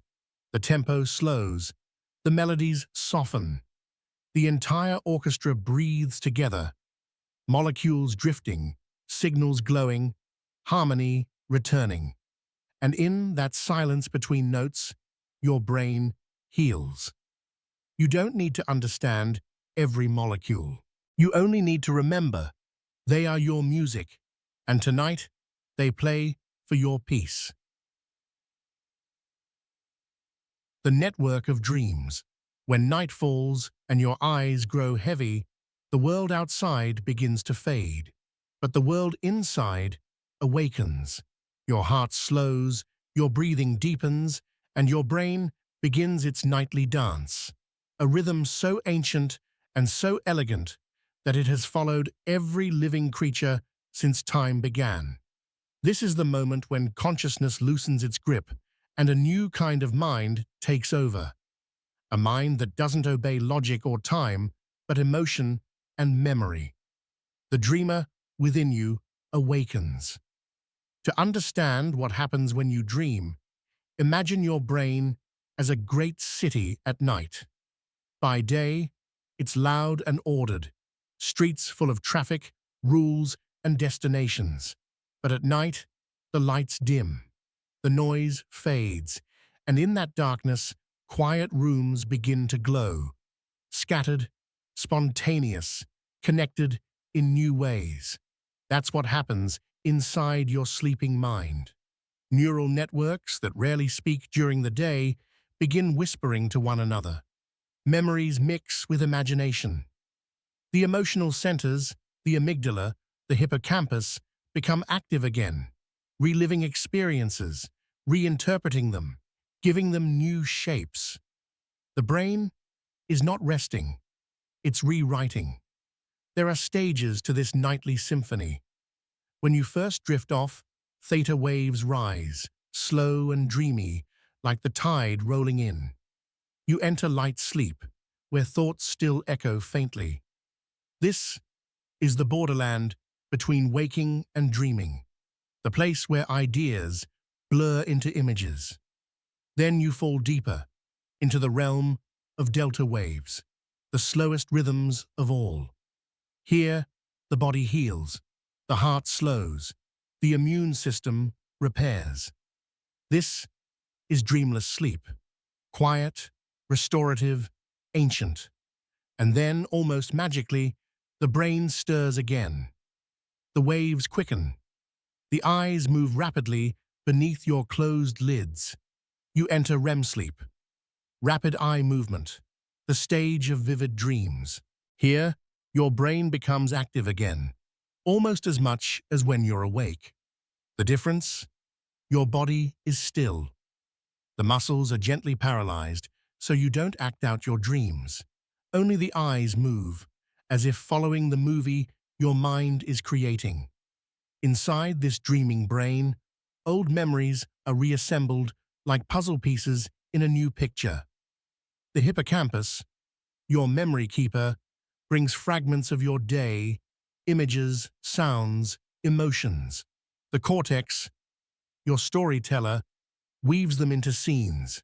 The limbic system colors them with feeling, joy, fear, longing, nostalgia.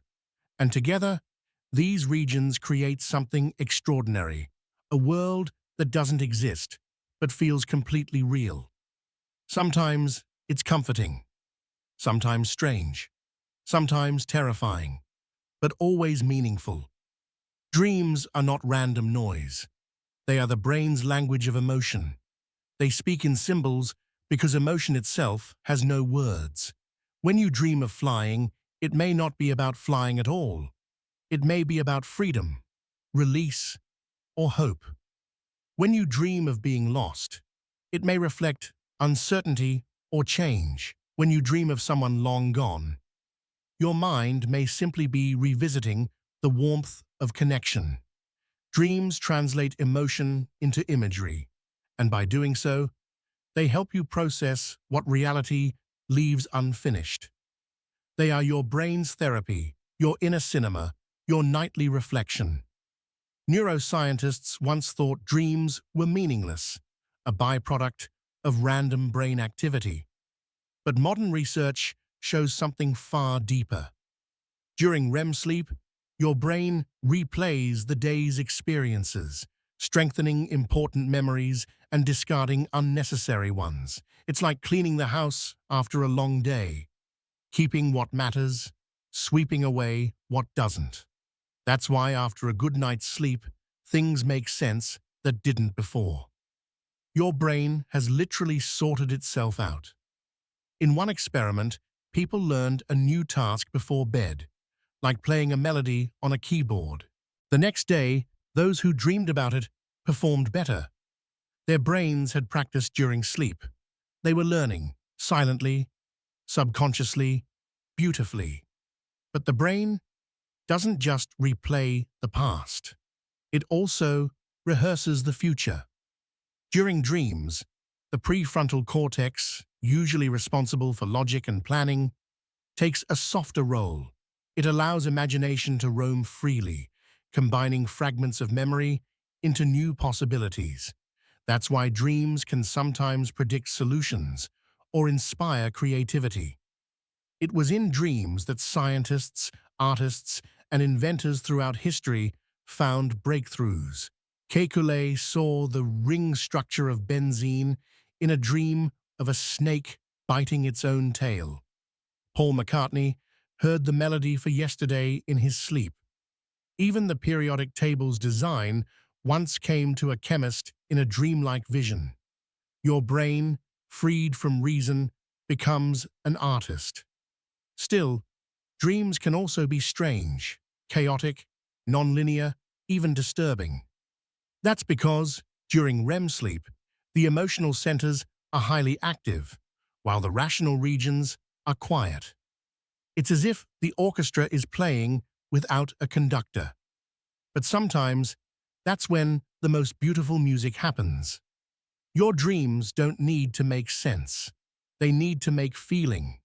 Through them, your brain releases tension, processes fear, and rehearses courage. That's why nightmares, though unpleasant, can be healing. They let you face fear safely, in the theater of the mind. Every night, the brain cycles through these stages: light sleep, deep sleep, REM, again and again, like a tide rising and falling. Each cycle lasts about 90 minutes, creating waves of rest and renewal. By morning, you've dreamed many times, though you may remember only fragments. But even forgotten dreams leave traces. They shape mood, strengthen memory, and refresh creativity. The brain remembers what the conscious mind forgets. So as you rest tonight, your neurons are not silent. They're storytellers, weaving together fragments of your day, bits of your heart, sparks of imagination. Each flicker of light across your cortex is a scene being born, a thought becoming art. And you, drifting between worlds, are both the dreamer and the dream. Sleep is not escape. It's conversation between the conscious and the unconscious, between emotion and reason, between what was and what might be. So as you breathe deeply now, know this: your dreams are not random. They are messages written in the oldest language of life, the rhythm of neurons, and the poetry of chemistry. And when you wake, part of that dream remains, a whisper of insight, a sense of peace, a memory you can't quite name. That's the mind's way of saying, you've healed a little more. The architecture of sleep. Sleep may look like silence from the outside, but within your brain, it is one of the most sophisticated symphonies ever composed. Every night, your neurons, hormones, and rhythms work together in perfect coordination, like builders restoring a cathedral in the dark, brick by brick, so that by dawn, everything stands whole again. Sleep is not an escape from life. It's the hidden half of it, the time when your body repairs and your mind reorganizes its universe. When you close your eyes and drift away, your brain doesn't simply shut off. It changes state, from the bright rhythm of wakefulness to the deeper, slower rhythm of restoration. This transition is guided by one of the most elegant systems in biology: your circadian rhythm, a 24-hour clock built into every cell of your body. This clock is set by light and darkness. When morning light touches your eyes, a small cluster of neurons in the brain, the suprachiasmatic nucleus, wakes up and sends a message. It's day. Your temperature rises slightly. Cortisol, the hormone of alertness, increases. You feel awake. As the day fades and light disappears, another messenger rises. Melatonin, the hormone of night. It whispers to your body, rest now. Your temperature drops. Your blood pressure eases. Your neurons begin to change their rhythm. This dance between light and darkness has been happening for billions of years, long before cities glowed and alarms buzzed, a rhythm older than humanity itself. Once sleep begins, your brain enters cycles, beautiful repeating waves of activity that move through stages like acts in a dream play. The first stage is light sleep. You're still half aware. Sounds might reach you. A drifting thought might pass. Your muscles relax. Your heart rate slows. Theta waves ripple softly through your brain. Then comes stage 2, when your awareness fades fully. Here, the brain begins its quiet maintenance work. Short bursts of activity, called sleep spindles, flash across the cortex. They look like tiny sparks, but they serve an important role. They protect sleep, filtering out outside noise and helping the mind lock in memory. Next, you descend into deep sleep, sometimes called slow wave sleep. This is the most restorative stage. Delta waves, slow and powerful, roll through the brain like ocean tides.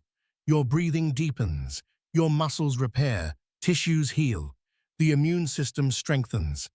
This is the body's midnight workshop, invisible but essential. Finally, you rise back toward lighter sleep and enter REM, rapid eye movement, the realm of dreams. Your brain becomes active again, processing emotions and memories, while your body remains perfectly still, protected by a kind of natural paralysis. You live whole lives in minutes, fly across imagined worlds, and wake with pieces of those adventures hidden in your mind. Each full sleep cycle lasts about 90 minutes, and during a good night's rest, you'll drift through 4 to 6 of them.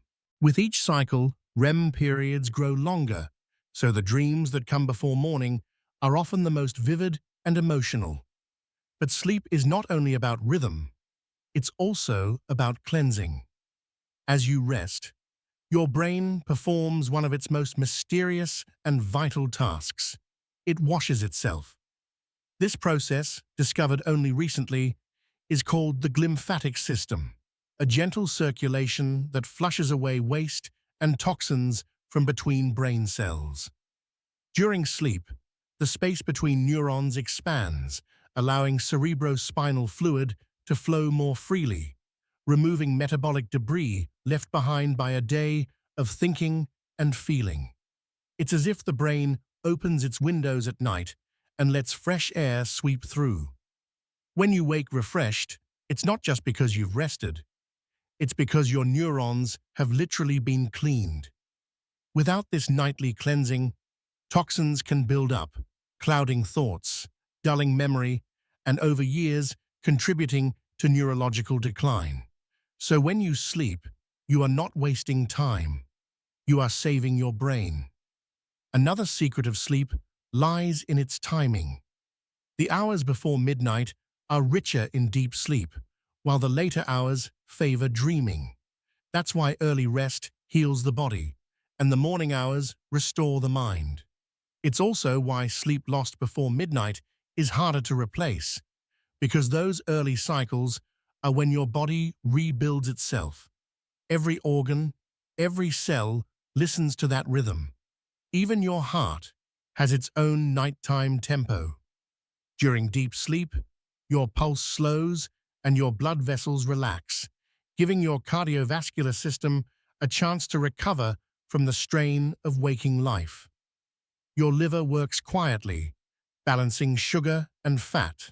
Your immune system releases growth hormones, repairing tissue and strengthening defenses. Sleep is not passive. It is precision maintenance. But the brain is not entirely disconnected from the world. Even as you sleep, it listens. Certain sounds, certain touches, a baby's cry, a name spoken softly, can still reach you through layers of rest. Your thalamus, the brain's sensory gatekeeper, filters what matters and what doesn't. This is why you can sleep through thunder, but wake instantly when someone you love whispers your name. Even in dreams, the mind protects what it cares about. As dawn approaches, your internal clock begins to shift again. Melatonin fades. Cortisol rises gently, not the harsh surge of stress, but the natural signal of awakening. Your temperature climbs.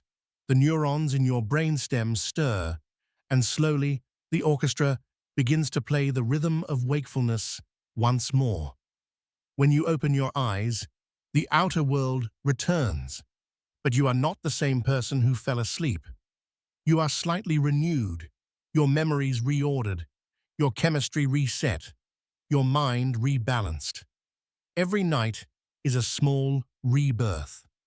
So tonight, as you close your eyes, remember the quiet intelligence working within you. Your neurons are not resting, they are repairing. Your heart is not idle, it is restoring. Your mind is not escaping, it is reorganizing the story of who you are. Sleep is not a luxury, it is nature's oldest medicine, free, profound, and endlessly wise.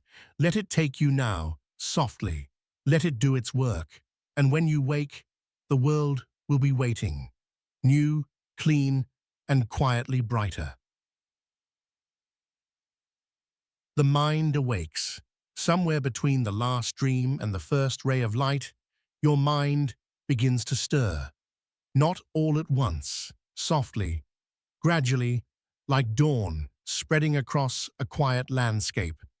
The world outside is still half asleep, but deep inside your brain, the first sparks of wakefulness flicker to life. They are gentle, cautious, rhythmic, a whisper before the music returns.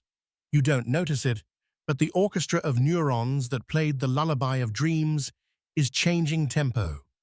The slow waves of deep sleep fade.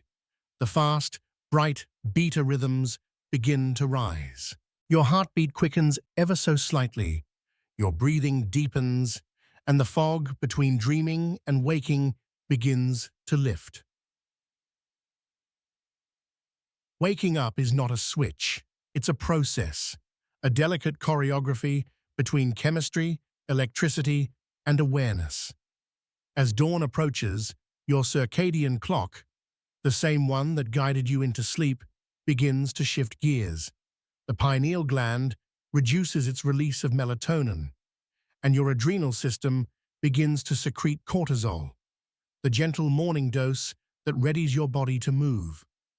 Your temperature rises a fraction of a degree. Your blood pressure climbs just enough to bring warmth and clarity. The neurons in your brainstem, silent during deep sleep, start firing again, signaling to the cortex, "Wake up, the world is here." At first, you float in the borderland, not quite dreaming, not quite awake. This is the hypnopompic state, the mirror image of the moment you fall asleep. Images from your last dream still shimmer faintly. You might hear a voice that isn't there, or feel a memory that fades the instant you open your eyes. It's a moment of pure creativity, when the boundaries between imagination and reality are thin. Many artists and thinkers have found inspiration here, in the half-light of waking. Because for a few seconds, you can still see the inner universe before the outer one fully returns. Then, slowly, your senses begin to reconnect. The sound of a bird, the touch of the sheet, the faint smell of morning air. Your thalamus, the brain's gatekeeper of sensation, reopens its doors, allowing the world back in, one signal at a time. The cortex stretches awake, integrating the new sensory input with the memories of who you are, where you are, and what this day might hold. It's a remarkable act, this reassembly of self. because in a way, you dissolve every night. When you sleep, your sense of I fades. Your thoughts, your identity, your awareness scatter like stars across the dream sky. And each morning, you rebuild. Your brain collects all the pieces, memory, language, personality, desire, and says quietly, "Here you are again." That moment, when you first open your eyes and feel the quiet return of self, is one of the most profound in all of existence. You are witnessing consciousness reforming, as it has done every morning of your life. Even after you wake, sleep's influence lingers. For the first hour of the day, your neurons are still adjusting. Your prefrontal cortex, which handles logic and focus, takes time to warm up. That's why early mornings can feel hazy. You're not lazy. Your brain is simply syncing its rhythms. Meanwhile, your hippocampus, your memory center, begins sorting the night's work. The dreams, the learning, the emotional processing, all integrated quietly into long-term storage. You start the day slightly changed, wiser in ways you'll never consciously know. Think about that for a moment. Every single morning, you wake up as a new version of yourself. Not dramatically, not visibly, but subtly, beautifully. Your neurons have grown. Your connections have shifted. Your chemistry has rebalanced. The brain you wake up with is not the same one that went to sleep. It's refreshed, recalibrated, rewritten, a living reflection of time passing and experience transforming. Morning light touches your eyelids. Photons strike your retinas, sending signals down the optic nerve straight to your brain's internal clock. That light tells your body the day has begun. It suppresses melatonin completely, and your brain shifts into full wakefulness. Your senses sharpen. Your thoughts begin to form incomplete sentences again. You stretch, breathe, and feel the return of weight, the grounding of the physical world after a night of floating through the abstract. For a moment, you remember your dream.